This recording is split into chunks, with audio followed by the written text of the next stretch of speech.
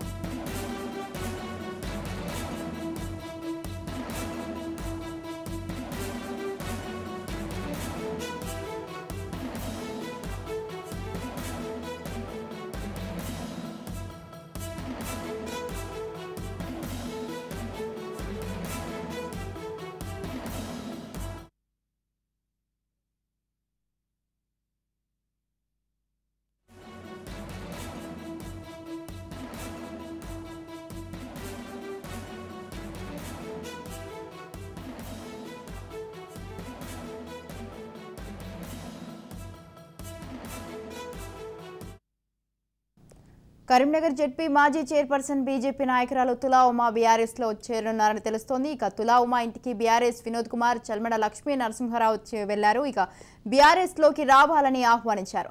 మంత్రి కేటీఆర్ తో తులా ఉమా ఫోన్లో మాట్లాడారు. ఇక బీఆర్ఎస్ లో చేరేందుకు సుముఖత చూపినట్టుగా తెలుస్తోంది.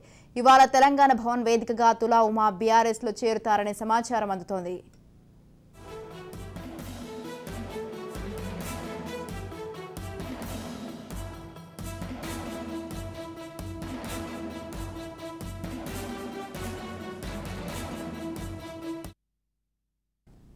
రైట్, ఇదే విషయంపై పూర్తి సమాచారాన్ని అందించడానికి మా ప్రతినిధి స్వప్న ఫోన్ లైన్లో ఉన్నారు. స్వప్న, కరీంనగర్ జెడ్పీ మాజీ చైర్పర్సన్ అయినటువంటి బీజేపీ నాయకురాలు తులా ఉమా అయితే బీఆర్ఎస్ లో చేరున్నారని అయితే ఒక సమాచారం వస్తుంది. దీనికి సంబంధించి మీ దగ్గర ఉన్న తాజా అప్డేట్స్ ఏంటి? స్వాతి, బీజేపీకి సంబంధించి వేములవాడ సీట్ అనేది హాట్ టాపిక్ గా మారిందని చెప్పుకోవచ్చు. ఎందుకంటే ముందు తులా ఉమకు సీటు కేటాయించి ఆ తర్వాత మళ్ళీ వికాస్ రావుకి ఇవ్వడం, అంటే విద్యాసాగర్ రావు కొడుకు ఇవ్వడము, దాంతో తులా ఉమ చాలా అంటే లాస్ట్ మూమెంట్, ఎందుకంటే లిస్ట్ లో ఉమ పేరు ఉంది కానీ బీఫామ్ మాత్రం వికాస్ రావుకి ఇచ్చారు. లాస్ట్ మూమెంట్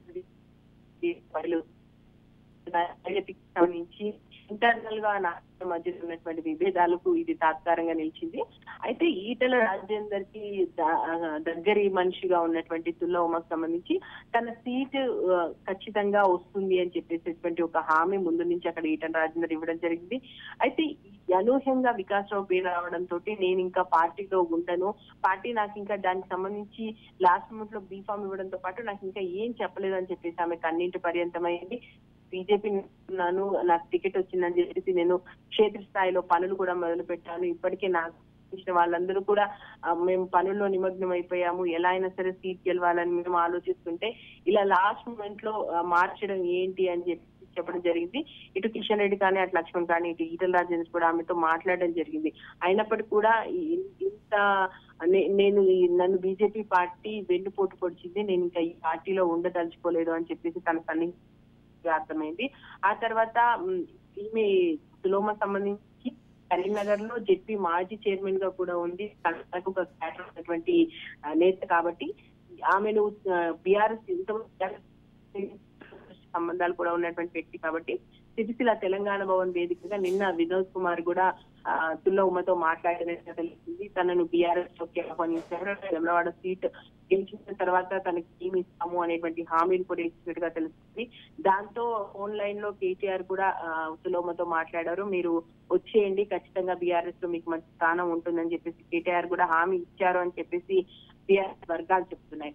అయితే ఇప్పటికే అభ్యర్థి అక్కడ బీఆర్ఎస్ అభ్యర్థిగా ఉన్నటువంటి చెల్మాడ లక్ష్మీ నరసింహారావు కూడా నిన్న మార్నింగ్ ఒకసారి వెళ్లారు, నిన్న నైట్ ఒకసారి వెళ్లారు. తమ మద్దతు ఇవ్వాల్సిందిగా కోరారు, తమ బీఆర్ఎస్ లోకి రావాల్సిందిగా కోరారు. ఈ రోజు బీఆర్ఎస్ లో తులా ఉమ చేరుతుంది అనేటువంటి చర్చలు నిన్నటి నుంచి చేస్తున్నాయి. ఆమె ఈ రోజు ఏ టైం అయినా చెప్పిన అవకాశం, ఏ టైంకి వస్తారు ఏంటి అనేది మాత్రం ఇంకా తులా ఉమ నుంచి మనకు అప్డేట్స్ ఏమి రాలేదు. వాళ్ళైతే ప్రజెంట్ బీజేపీకి సంబంధించినటువంటి నాయకుల ఫోన్లు కానీ బీజేపీలకు సంబంధించినటువంటి వ్యక్తుల ఫోన్లు కానీ ఏమి లిఫ్ట్ చేయట్లేదు. బీజేపీకి దూరంగా ఉన్నట్టుగా మాత్రం ఆమె సంకేతాలు పంపించింది. బీజేపీకి దూరంగా ఉన్నట్టుగా సంకేతాలు పంపించింది. బీఆర్ఎస్ కి సంబంధించినటువంటి చర్చలు ఇంకా కొనసాగుతున్నాయి. అంటే వచ్చిన తర్వాత ఏమి ఇస్తారు ఏంటి అనేది ఆమె అడుగుతుందా, లేదా ఆమెకు సంబంధించినటువంటి మద్దతు అక్కడ ఉన్నటువంటి అభ్యర్థికి ఎలా ఇవ్వాలి అని అడుగుతున్నారా ఏంటి అనేది ఇంకైతే చర్చలు నడుస్తున్నాయి. కేటీఆర్ మాత్రం నేనున్నాను అనేటువంటి ఒక భరోసాని అయితే తులా ఉమకు ఇచ్చినట్టుగా మనకు తెలుస్తుంది. మేబీ ఈ రోజు ఏ టైంలోనైనా తను బీఆర్ఎస్ లో జాయిన్ అయ్యే అవకాశం కనిపిస్తుంది. Right, thank you Swapna, thanks for the details.